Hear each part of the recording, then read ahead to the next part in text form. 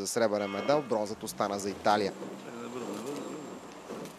Сега гледаме кадри от финала на дисциплината четворка с леката категория при мъжете. И тук много силно полско присъствие. Собчак, Станчук, Миколайчевски и Янковски бяха надеждите на тази силна в гребането страна в тази дисциплина.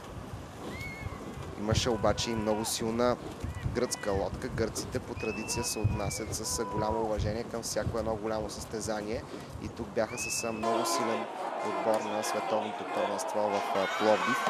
Именно гърците водеха до 3/4 от дистанцията в класирането. Консолас, Фентулис, Макданис и другия брат Консолас бяха начело, но в крайна сметка станаха жертва на мощната полска атака в финалните 200 метра.